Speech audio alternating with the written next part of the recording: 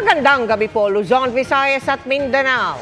Nasagip sa isang rest house sa Tagaytay ang isang Chinese national na ikinulong at tinorture umano ng kanyang mga kapwa Chino. Sa investigasyon, ginawa yan sa biktima para patahimikin dahil titiwalag na umano sa iligal na aktibidad ng grupo. 17 Chino ang arestado sa pasilidad na puga din ng samut-saring pang-scam.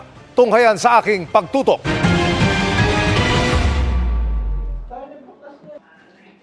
Samut-saring computer, cellphone at SIM card ang tumambad sa NBI nang salakayin ng isang rest house na ito sa Tagaytay kagabi. Ang bawat sulok ng kwarto puno ng computer na ginagamit umano sa panluloko gaya ng crypto scam. Sa isang silid pa nga, aktual na nakita ang mga naka-charge na cellphone na ito. Yan, lahat yan.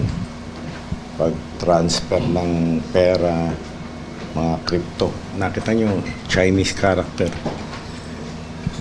Inaresto sa lugar ang 17 Chinese national na stay-in umano roon.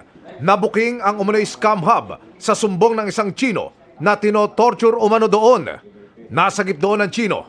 So ito yung na-save natin na biktima. Actually, gusto na niyang kumala sa grupo. Pero ayaw siyang pakalasin, kaya binugbog siya. Sino mga nambugbog sa'yo? Ito. Oh, sino pa? Ayos eh. Ito. Yung nakaputing. At saka, yan. Titiwalag na raw sana sa grupo ang Chinese pero para hindi makapagsumbong, ikinulong siya at saka tinorture. Yan, ikaw yan.